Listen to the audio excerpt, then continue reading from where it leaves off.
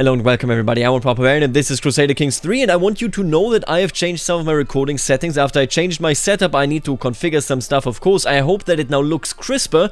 I was not that happy with how not crisp it looked. I hope that it fixed it, but if not, then I will keep tinkering with it. I also, of course, want to say thank you to every single member, thank you to every single person that has, with my referral link, purchased the humble bundle of the EU4 package. I really appreciate it, and without a doubt, it keeps this series going as it is. Now, talking about the series, there is something that I noticed just going over this, testing out a mod. I am not actually sure that this mod will work out. Basically, I now installed a mod that makes it so that at, between, I think, 950 and 1070, Scandinavia should Christianize. I ran a few years, it didn't really do anything, but we shall see how that proceeds. For the moment, of course, huge Eesti has to be pointed out. I mean, this is just something else. The way they have blobbed is so fascinating to me as well, because it always makes it so that they do not found another kingdom. But I'm pretty sure that if I'm looking at this...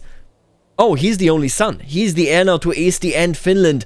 Wow, we have seen a huge Ukonosko realm right there. We also, of course, have the Ghaznevits, but...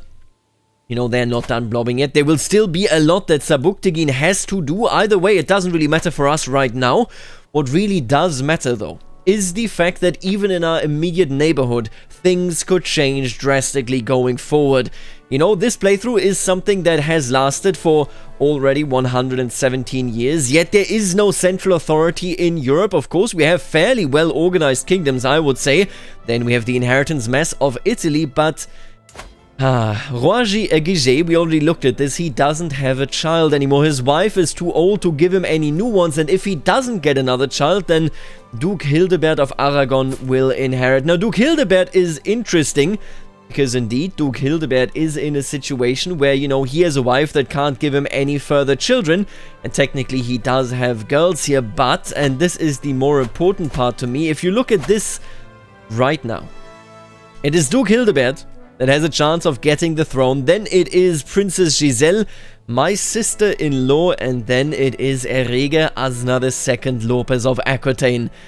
Both Italy and whatever other kingdom he holds, that is Corse and Sardaigne, these could immediately fall into Aquitanian hands. Now, will I meddle with this? I think my current character will not. My current character is in a position where he does not want to do anything that benefits Erege Asna II Lopez, but... I have to tell you, this is what I love about this game. This looks like pure chaos, pure anarchy down here, but the families are so interwoven that any given moment we could be looking at a situation where all of a sudden Aquitaine, everything down here, Valencia, and Italy could be a single kingdom. I absolutely love this sort of stuff. So let's hope that it happens. Let's hope that something happens, or well, that something interesting happens. We, of course, have our own things to deal with. I'm not sure. I don't think that unless we are close to death, I don't think that today I will be the one to legitimize one of our children, but we will, of course, be moving towards it. We're currently taking down Poitiers. Poitiers, the county here, will be ours. I'm very much looking forward to that. Yeah, let's just jump into it. Honestly, I think this is where we currently stand. Again, the quality should be better, and maybe Eesti and the Ghaznevits will be doing interesting things, but of course, Italy is an interesting case. Let's keep this in mind and let's get sieging. Oh my god, and would you look at this, at the very end, or well, it's not the tail end of this war, but after we already basically are in a position where we can't lose, Duke Gilles here is trying to turn it around. All of a sudden, he is allied to Duke Galindo. How did this actually happen? Guntrodes Vasconia. So the daughter... No, the sister, I believe. Yeah, the sister of Duke Galindo here is now betrothed to Neko Fronildes, who is the brother of Duke Gilles II. So this is very much, I would say, a last-ditch effort. Duke Gilles II trying his best to keep Poitiers under his control, to weaken me and to rile up the entire family. Of course, Duke Galindo not too happy that we hold Armagnac and Comminges, but you're not getting any of that, my friend. None of you will get anything from me. Let's keep sieging, and if the, circumstances demand it, I will fight them wherever they are. Ooh, now what do we have here? The best gear. I'm inspecting my troops today in their camps. I walk by some smiths who are in the middle of repairing some weapons and armor. Everyone says they work hard to ensure my warriors are outfitted with the best gear. Their hard work shall not be in vain, or these lazy bums should be working harder. Honestly, I think I would without a doubt say they should be working harder. Listen, prestige is nice, but we're beyond the glory days. These are the days of action and of success. Now, what are you doing, my friends? I think I can still defeat them, even the way they are, but I do not want them to siege Bordel. 8 months left versus 6 months left. It really depends on the events that we get here. And we are now a seducer. Now, this is interesting, because it puts us into a position where we may have to make a choice for a new lifestyle focus. We have been focused on seduction for a long time. But I will be honest with you, I think we are kind of over it. We still need to, of course, seduce Belasquita. But beyond that, I think, yeah, I mean, he's pretty much done. He still has his carnal desires, don't get me wrong here. But he is no longer looking for love. Now, we could be a family hierarch, and man, this perk would be outstanding, right? This perk would be truly, truly amazing. But I am thinking, we already found a family. And I think we are uncontested as the family hierarch. We are literally the first of this house. What I am thinking is we could potentially go towards strategist, because we do want to succeed in warfare. I don't think gallant, you know, that we need the romance side here. I think this is a deal that I am not too interested in. And I did talk about the whole of body a little bit in the last episode, maybe interpreting it in a way, you know, that is more dissecting humans rather than taking care of yourself. But I mean, then again, this is such a nice tree, but I think these are 3 nice trees, but I think we might be exploring these with our next character. I think for the moment, I shall move towards strategy, and I will learn how to destroy my enemies with the tools available to me. Let's get this bread. And there is a secret that just got exposed. Fronilde Fronildes in Yiga. Who was she married to? I do remember her, but oh yeah, Duke Gilles the Stumbler. The first one there. And her son... Right, she was having an affair with Prince Louis the Kind. See, it does make me wonder. It does make me wonder. Is Duke Gilles II also just a product of this affair? Either way, Asna here quite clearly is actually related. Well, not to, you know, the Duke Gilles II here, but of course to Prince Louis. Well, technically still related. I guess they share a mother, but their father doubtlessly is not the same. Now, we are looking at this siege being finished, and now we must... Oh! Wow. I was about to say, now we must see whether we must and can save Bordel, but that is no longer a question. Here is what will be done now. Duke Gilles II, I was not here for you. You should have left the Comtats of Petieux just to me. You should have done nothing. Comtessa Marta deserves everything that is coming for her. Asna, on the other hand, I will actually release, because it is no secret to me, of course, that Asna is a product of, you know, not that marriage, but instead of the love relationship with Prince Louis. So Asna will be released, but Duke Gilles II himself will be punished for his sins. Yeah, I shall release you, even if that loses me some dread. And then here comes the torture, my friend. This is what you deserve. Okay, this is there's something missing here, but something's chest once some heat is added. As I explain the concept to Duke Gilles, his resolve melts away before my eyes. No, I have information. Erega Asna has intimate relations with Kunis Gerberga. I will tell you everything. Now this is fascinating. Intriguing, take him back to the cell, or I am not quite done with you. You learn of Erega Asna's lover's secret. He could gain, of course, the lunatic trait. So he basically did this so that he wouldn't get tortured. But Duke Gilles II, listen. This is the way the cookie crumbles in this world. This is the way this works. He didn't go insane, but, you know, he is recently tortured. And with that, the war shall be over. And we now know of Erega Asna's secret. He has a lover, and that is Kunis Gerberga. I would enjoy punishing her in the stead of Erega Asna. But how would you do this? We could, of course, I mean, try to seduce her. There is a chance here, but that doesn't really do what we are asking for. I could reveal it, I suppose. And if I were to reveal it, it would at least put him into worse standing with the church. But do I really care about that all too much? I'm not certain. Either way, we are, of course, over the domain limit holding. What I will do, I think that Suero will not be our direct heir. I think he is too opposite of us. I'm not saying that I want to play somebody that is exactly the way Vea is, but the way I see it is that Suero is too much of a straight man, in the sense he's chaste, he is diligent, he does what the world tells him. And Prince Vea, I think, sees a bit of a disrespect in that. Nonetheless, he is a family member and he must be treated as such.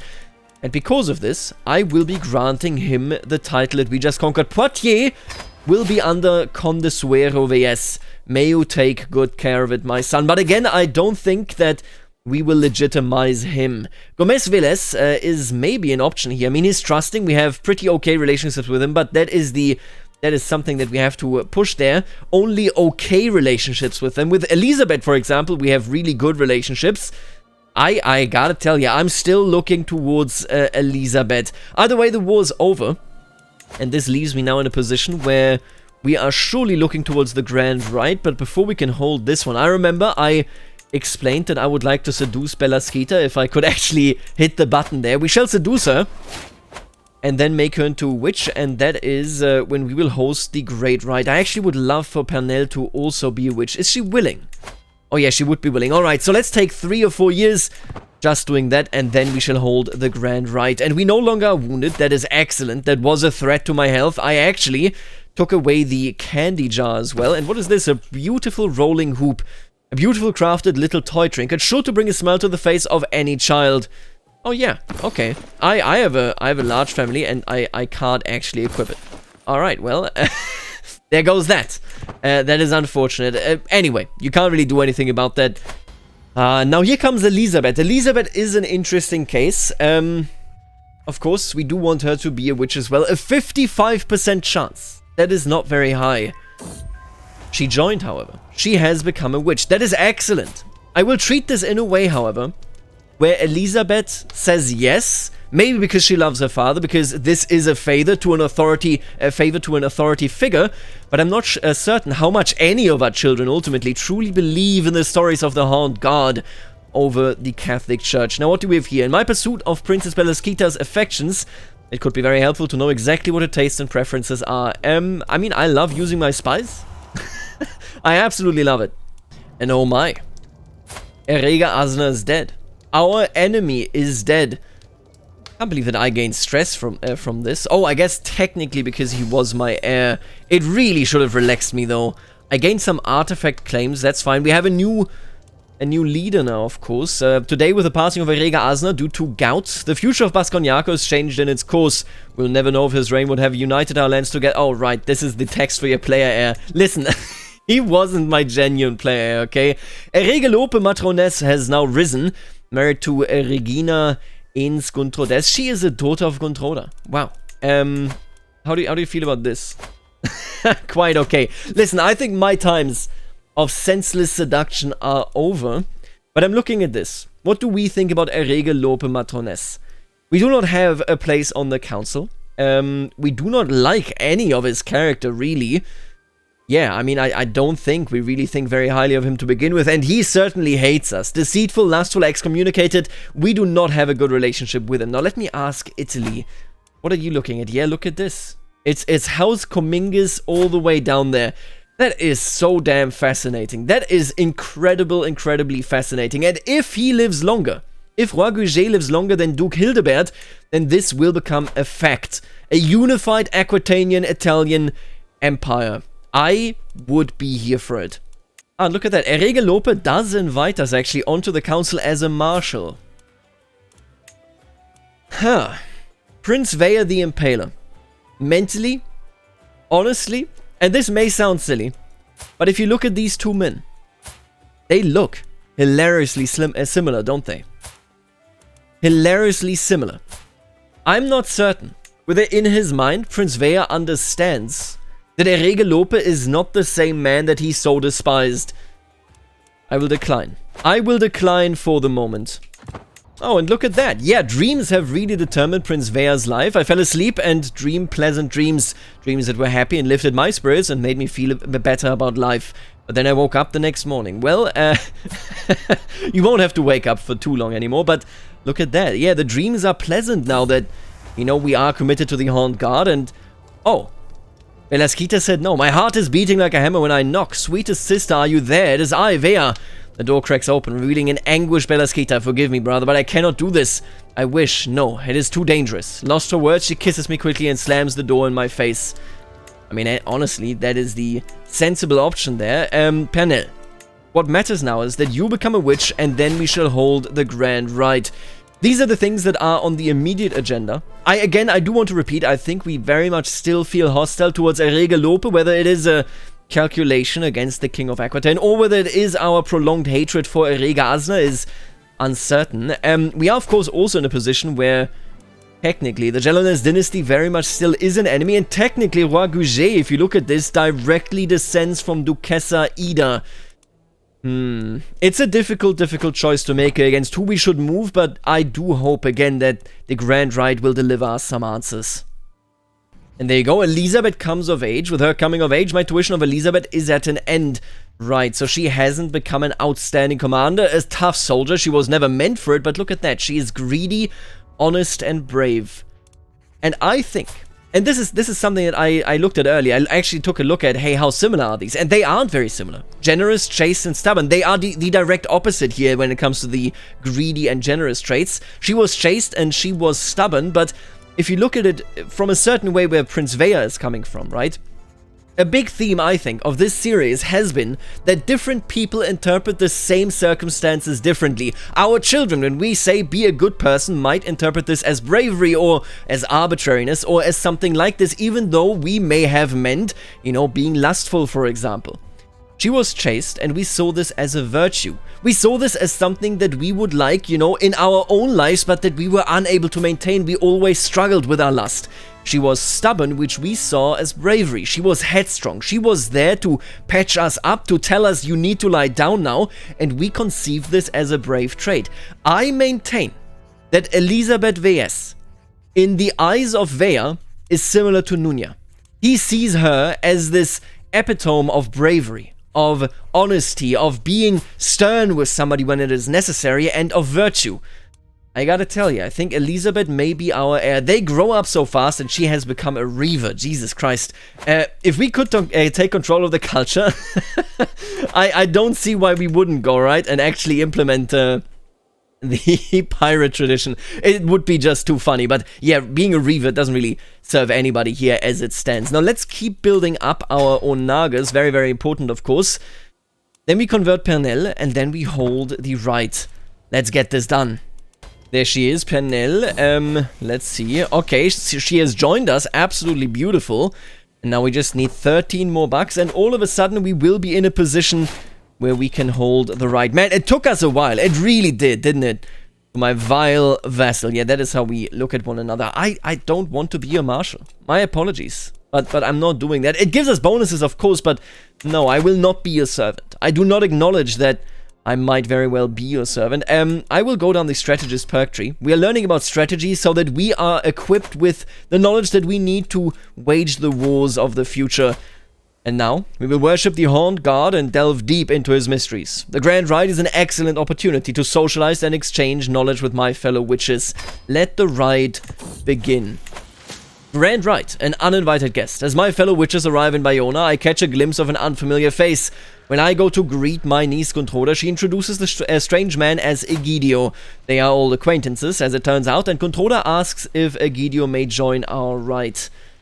I don't have anything against him. He certainly has something against me, but I don't mind him. The more the merrier. Absolutely. Let's see where that goes. Maybe Egidio can become a member of our household. He doesn't want to join us, but who knows. As the moon rises in the heavens, heralding his arrival, I can feel my body responding to the strange energies in the air. Ackerbelts is here. The silhouettes around the great bonfire are silent, unmoving, waiting for that which is to come. As the host of this gathering, it is up to me to begin the ritual. I will, and we could read from an ancient grimoire. Honestly, I do feel as though that would fit, because we do very much get involved in the local culture here. And I'm sure that there is an ancient grimoire, you know, from before the Christianization, somewhere that we may have in our possession and view as the legitimate story and message of Ackerbelts. You could also, of course, play some tricks. I mean, being spectacular is always on Prince Vea's mind. I can see that. Relying on charisma, I'm not against this at all, but I just think that either one of these is more fitting. We could recite a traditional prayer, but you know what? I like the grimoire a lot. But if you ask me whether somebody wants to be the center of attention, yeah, that's Prince Vea. Even if in his insanity, he is the messenger of this Horned God, isn't he? Let's play some tricks with sounds and shadows that he probably views as a true and genuine ritual. The blessings of the Horned Guard are many, and among them is knowing when to apply a little trickery. With the help of some mirrors, horns, and willing assistants, I put on a spectacular show. The air is thick with a thrilling mix of fear and excitement. I can't remember the last time I felt this alive. Now that the main ceremony is finished, my guests and I are free to worship as it pleases us. We could learn about charm from Pernell. We could share his carnal gifts with someone. We could spend time with a benign Egidio.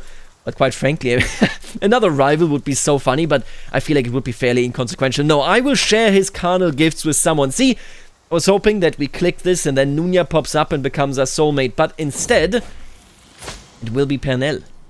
She is, in all fairness, somebody that popped up out of nowhere. Maybe a witch, maybe a messenger from the Horned Guard. The power of the Horned Guard is throbbing in my veins as I wander into the woods. A choir of sighs and moans greets me. I am not the only one craving company tonight. This very much reminds me of our Nero-like stress break.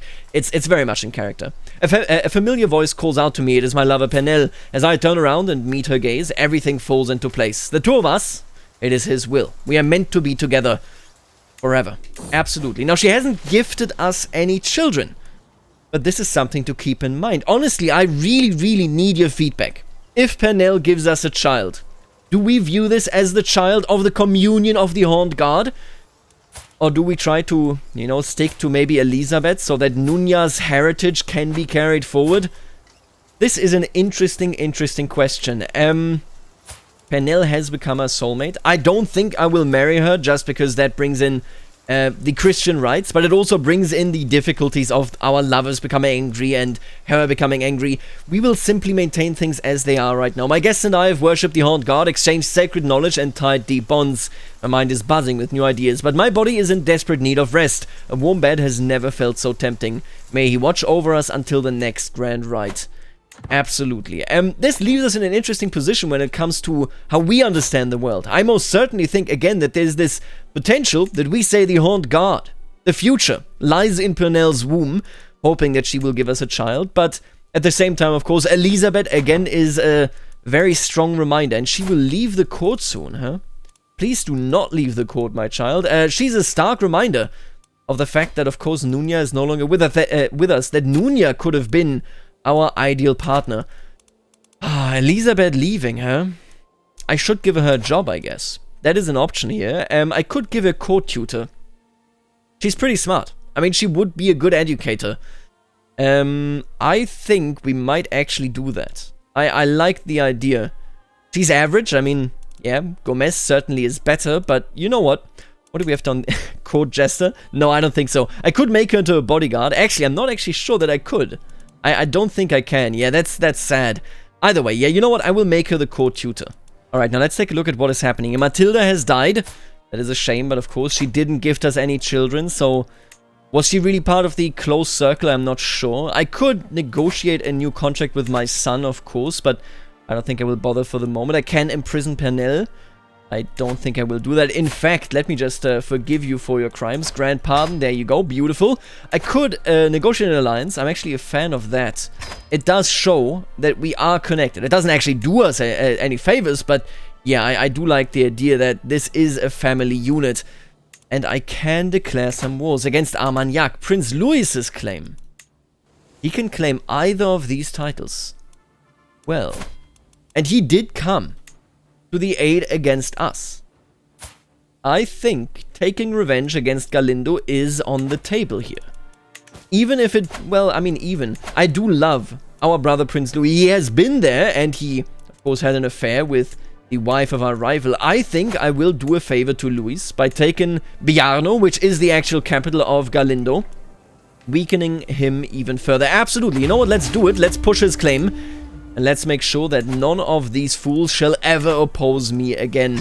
Honestly, we are really now dishing out revenge, or, well, what we perceive to be revenge anyway. It is cruel, it is terrible, and yet it will work. Abakada. Ooh, I like Abakada as well, like my character does. Wow, he is diligent, humble, and compassionate. He was Dazin's child. Very, very interesting. I like Abakada. You think he isn't? Man, there are too many options for good children here. I almost want to just gamble it out. And to be fair, I could argue, hey, we're crazy. I can gamble it out, and that's fine. But I have to tell you, it is very, very exciting. Wait, Captain Nuno? He can't raise his troops, right? He's a mercenary. Can he do that? I don't think he can. Alright, well, please do not bring your mercenary troops. That would be disastrous. Strategical impasse.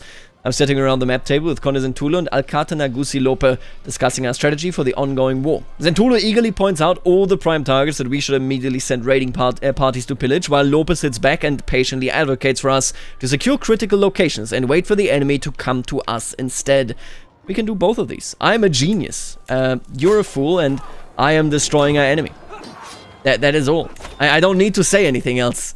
Enemy combatant captured. Very, very interesting. He is not exactly vital, I think, to anybody, ultimately. Either way, let's siege Biano. Let's get this done. Oh boy. What kind of death? There are those who argue a quick death is better, for it will be less painful, and you won't have as much to worry and ruminate over. Others believe a slow and gradual death is preferable, for it gives one time to let go of regrets, pray, and make peace with one's family, friends, and God. I prefer a quick death, or it's better if one has time to prepare before passing on. Prince Heir the Impaler. Death. Obviously it would be on his mind. And I'm not certain how he would want to die. I think he, for himself, is pushing away the thought of death as much as he can. But when he looks at his loved ones, when he looks at Nunya, I think he wants to cling on to life. It's better if one has time to prepare before passing on. Prince Heir, I think, with all the preparation he has done on a supernatural level, I think he's afraid of death. I don't think he wants to go. And here we have Bermudo also coming of age. Bermudo Controdes Boss Garancia, man, he has turned out amazingly. He may be slow, but look at this kid. Greedy, temperate, cynical, and a grey eminence. They do grow up fast, don't they? They do grow up fast. Wait, what? Oh, that's not my kid. Oh my god. I was about to say one of my children died, but no, they did not. You are now 6 and you are 9. Do you have... You don't. I will bring you up. Absolutely. I will convert your culture as you do, of course. Now, can I interest you? You know what? Maybe I shouldn't be your actual teacher. Let me see whether I can't find somebody that is good for diplomacy. Pernell here is of course a good character. Tadefi exists as well, of course. Tadefi is not really good at anything. I mean, she's not bad at diplomacy. Tadefi, why don't you actually take care of your own son? I think that is completely fine. Then again, Elizabeth is actually our educator here. You know what, Elizabeth? I'm sure that you can do it. You take care of your brother, and it will be a good deal. Now, you, on the other hand, maybe also Elizabeth. She is a co-tutor, which is why I'm doing this. By the way, I'm not teaching them languages, primarily because when they are brought up by Gasconniere, they already learn Basque, and more importantly, hey, listen. If you want to do that micromanagement as a character that barely can keep it together with himself, then yeah, no, I don't see it. I don't think he is astute enough on a mental level to, you know, make sure that everybody learns an additional language to become a cosmopolitan citizen of the world. I don't think he cares about any of this. Here we have Ali. Fabulous he, charismatic negotiator, greedy, cynical, and patient. Very cool. They grow up fast. Look at that. Now, I won't marry any of these people out. Eventually, if I can't give them enough in terms of or rather in terms of value, right? They will leave my court. And as much as I try, of course, when I can to keep them present, much as I kept Conde Zuero here, ultimately, we are in a situation where they might just leave and try their own luck. And look at that. Conde Zuero VS is now of House Poitiers. Loyalty, prosperity, and splendor. I guess that's fair enough. He founded his own dynasty. I like that. How often, seriously, how often do you see it that this sort of thing happens? People rarely, if ever, produce as many bastards as we have them. And wait a minute, Prince Louis definitely stays on the council. How good are you at diplomacy? He is great at diplomacy. Yeah, you're gonna be in this position. Swap, and then we put you right here. Belasquita didn't become a lover. Listen, Belasquita, I need to listen to the people that actually care about me, okay? That's the way I see this. Now, our war's over anyway. This is all dealt with, leaving us in a truly outstanding position, frankly. We are now quite sizable. We could even usurp Armagnac, but none of that really matters. What I am now talking about is that we have a family unit that stands together. We will not be able to keep all of them here in our realm, but I do want to keep as many as I can. And for that, I need to conquer land. If some of them had some claims... wait a minute. Maybe Gontroda's child, you think? She has claims, that's for sure.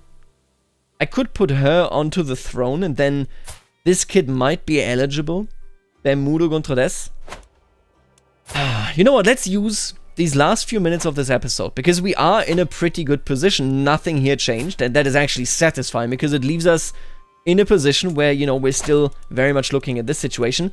But the way I see this, let's take a quick look at our children, and you tell me what we should do. Conde Suero is now impossible. He founded his own, he basically said, I don't want to be legitimized, I'm my own man, and I respect that. Conde Suero is his own man. Gomez Vs, he is a son of Nunya, of course, and he is a brave, content, and trusting man. He is a man that is more religious than we are, and I think more church-bound than we are, and yet he loves us. He gives us the forgiveness that the Catholic Church never wanted to give us. He could be a candidate for our next heir. Here we have X. He is gluttonous, wrathful, deceitful. I think, straight up, he is essentially us, but Muslim and younger. And I think that we see this in him. And I know that the negatives here, well, even if you take away Ashara's evil, we don't even make it above 50. But basically the way I see it is that X might be a mirror. And I think that a person like Vea doesn't want to see a mirror held up into their face. In fact, Vea may be a bit repulsed by X because of these very circumstances. Something to think about for sure, I think. Then we have Elizabeth. Elizabeth, I talked about her, you know, at length, I think, already. She is one of my top candidates anyway. Then we have Abakada. He is a good candidate. He is a good man. Compassionate, humble, diligent, skilled tactician. He might be basically the knight that we wish we were. We certainly aren't, but the knight that we wish we were. Then we have Bermudo here. He is a son of Gontroda. Gontroda still, of course, very much, you know, in a very tight relationship with us. Greedy, temperate, and cynical. And the Grey Eminence. He also turned out great. We like this kid.